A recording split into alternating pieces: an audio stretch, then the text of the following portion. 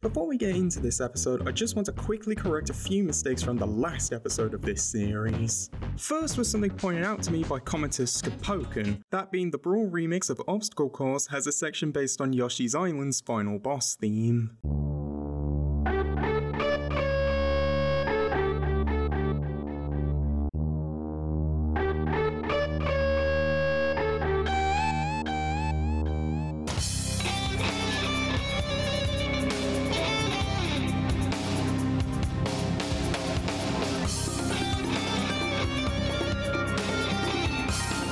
In addition, the position rankings I gave for the Yoshi, Wario, and Wrecking Crew series ended up being slightly off. The reason for this is that I used a spreadsheet for these rankings and accidentally used an older version which counted everything from SNK as part of the Fatal Fury series. So for the actual rankings, Yoshi is ranked 21st, not 22nd, Wario is 25th, not 26th, and Wrecking Crew is 47th, not 46th.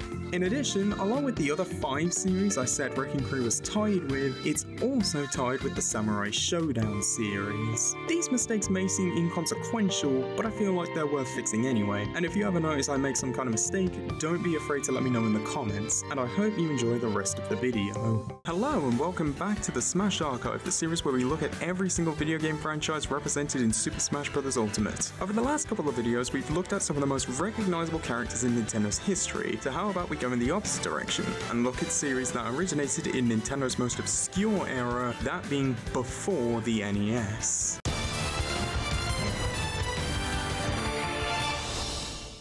For this video, we're basically looking at series where their first entry released before the 15th of July, 1983, the release date of the Famicom, Japan's equivalent to the NES. If you couldn't tell from how short the video is compared to the last 2 videos, there isn't a lot of series that fit that category, and all of those series don't have much to offer either, so think of this as a quick stop after the 2 lengthy videos beforehand. But regardless, let's get started.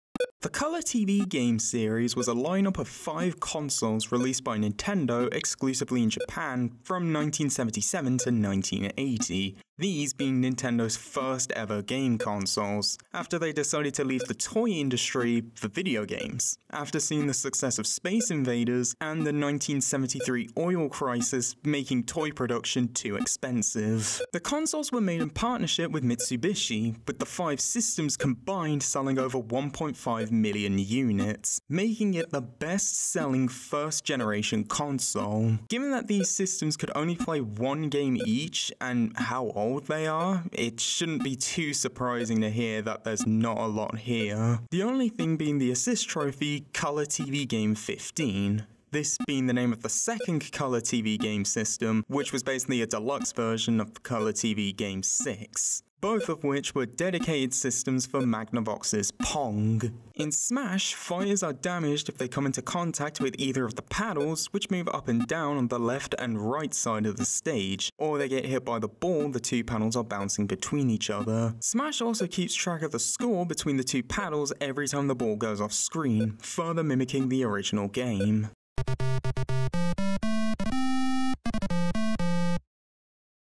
Sheriff is an arcade game from 1979, with the game being similar to Space Invaders, where you need to shoot all the enemies before they close in on you, dying if you either touch or get shot by an enemy. The main differences to Space Invaders being the game's western theming as opposed to sci-fi, and instead of staying at the bottom and shooting above you, the enemies circle around you with the player being able to move and shoot in 8 directions. Despite being mostly forgotten now, Sheriff actually holds a few records, being one of the earliest games Shigeru Miyamoto worked on, one of the earliest examples of a twin-stick shooter, and it's also the first ever video game to have background music. Despite this being one of Nintendo's oldest games, the only official home release the game has seen was as an unlockable mini-game in the original WarioWare. So similar to Color TV Game, because of how obscure and old this game is, there isn't much here either. First, we have the assist trophy, Sheriff, based on the game's player character. Once summoned, he'll wander around the stage and shoot at fighters in 8 possible directions, matching his movement in the original game. In addition, there's also spirit number 1115, Sheriff, a one-slot legend support spirit with the effect Assist Killer, once again being based on the player character, with both the spirit art and his Smash appearance being based on his in-game sprite.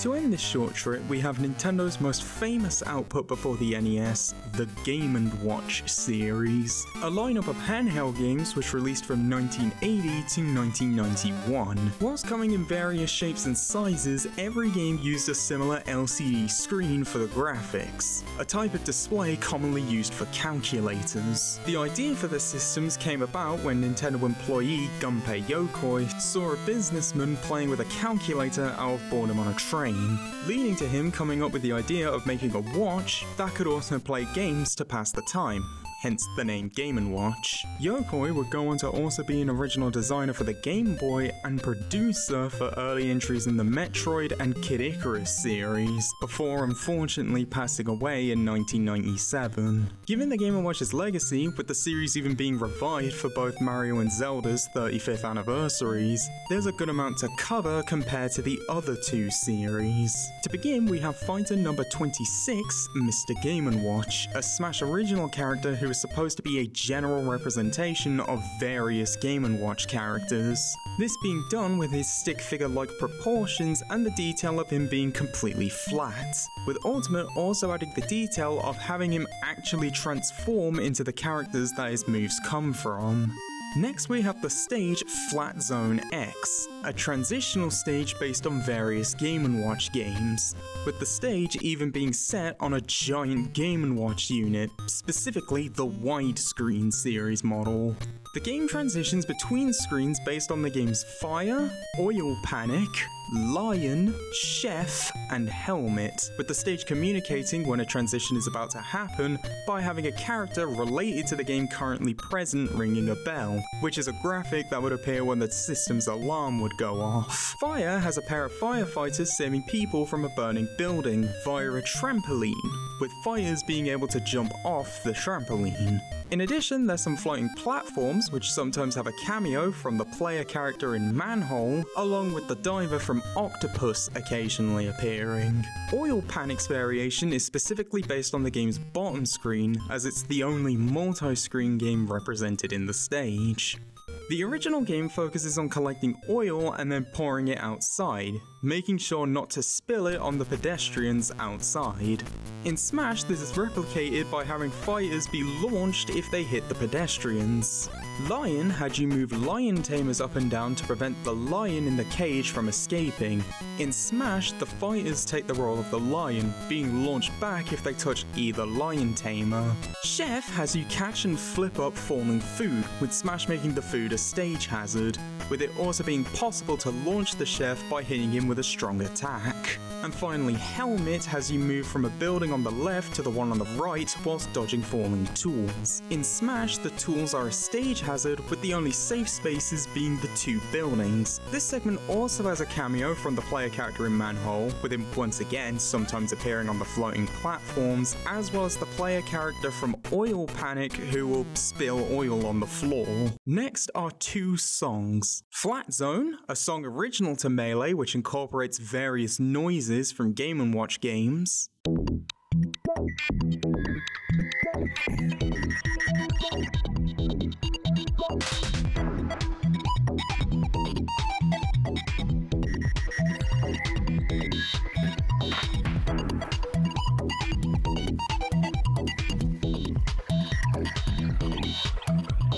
And Flat Zone 2, a song original to Brawl, which similarly samples Game & Watch noises, with it using the same bass line as the original Flat Zone.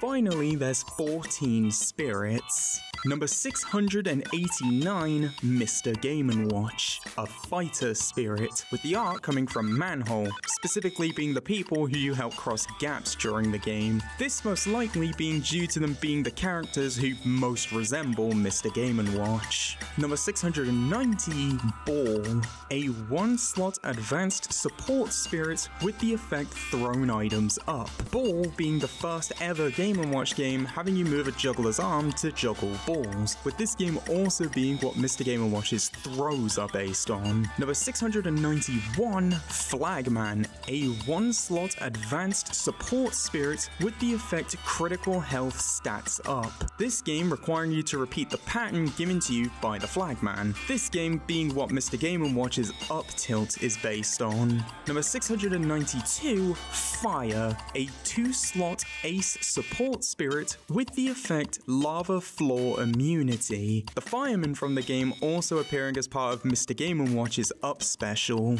Number 693, Judge, a one-slot ace support spirit with the effect critical hit up.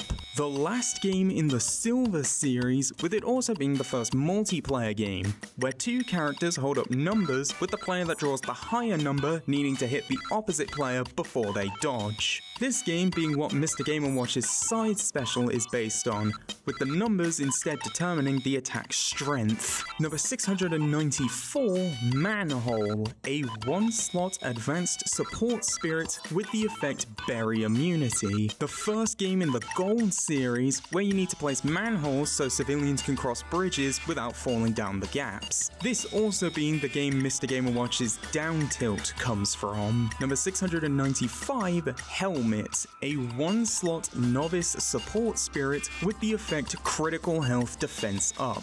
This being the game Mr. Game & Watch's dash attack comes from. Number 696, Lion, a one-slot advanced primary shield spirit. The last game in the Gold series, with the Lion Tamer being the inspiration for Mr. Game & Watch's forward tilt.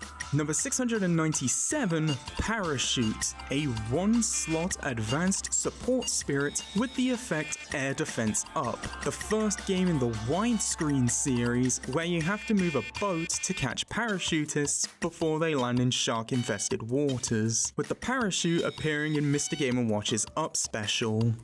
Number 698, Octopus, a three-slot legend primary shield spirit with the effect Strong Throw, where players control a diver who has to collect treasure at the bottom of the ocean whilst avoiding being grabbed by a large octopus, with Mr. Game & Watch's up smash being based on the diver and his final smash having him transform into the octopus. Number 699, Chef, a two-slot ace support spirit with the effect stats double up after eating, this being the game Mr. Game & Watch's neutral special is based on. Number 700, Turtle Bridge, a one-slot novice support spirit which lets you start the battle with a green shell. This game having you travel back and forth across 5 turtles to deliver luggage across a river, needs to be careful of the turtles dipping underwater to get fish, with one of the game's turtles appearing in Mr. Game & Watch's back aerial. Number 701, Fire Attack, a one-slot novice primary shield spirit with the effect Fire Attack up, a game where you need to prevent a wooden fort being burnt down by Native Americans using a tomahawk, with the artwork coming from Game & Watch Gallery 4, the Game & Watch Gallery series being re-releases of Game & Watch games for the Game Boy line of systems, with them even including remixed versions starring Mario characters. In Game & Watch Gallery 4, Fire Attack was censored due to the original's use of outdated stereotypes, swapping out the fire starters for generic bandits. This game is also where Mr. Game & Watch's forward smash comes from. And number 702, Oil Panic, a two-slot advanced support spirit with the effect Sticky Floor Immunity, this game being the origin of Mr. Game & Watch's Down special. And that's everything from the pre-NES era of Nintendo. Overall, there's not much, mostly due to this era being mostly forgotten, and just how simple a lot of these games were. In terms of the overall rankings, Color TV Game is unsurprisingly in last place, being joint 153rd with 65 other series, with it also being the only series where the only piece of representation is an assist trophy. Sheriff is slightly ahead, being joint 109th with 43 other series, with it also being one of the 4 series to have just an assist trophy and a spirit. And finally, Game & Watch is 38th, ranking above Monster Hunter but below the Street Pass Mii Plaza, with Game & Watch also being the 5th least represented series with a playable character. Feel free to leave a comment on what series you want to see next, and thanks for watching.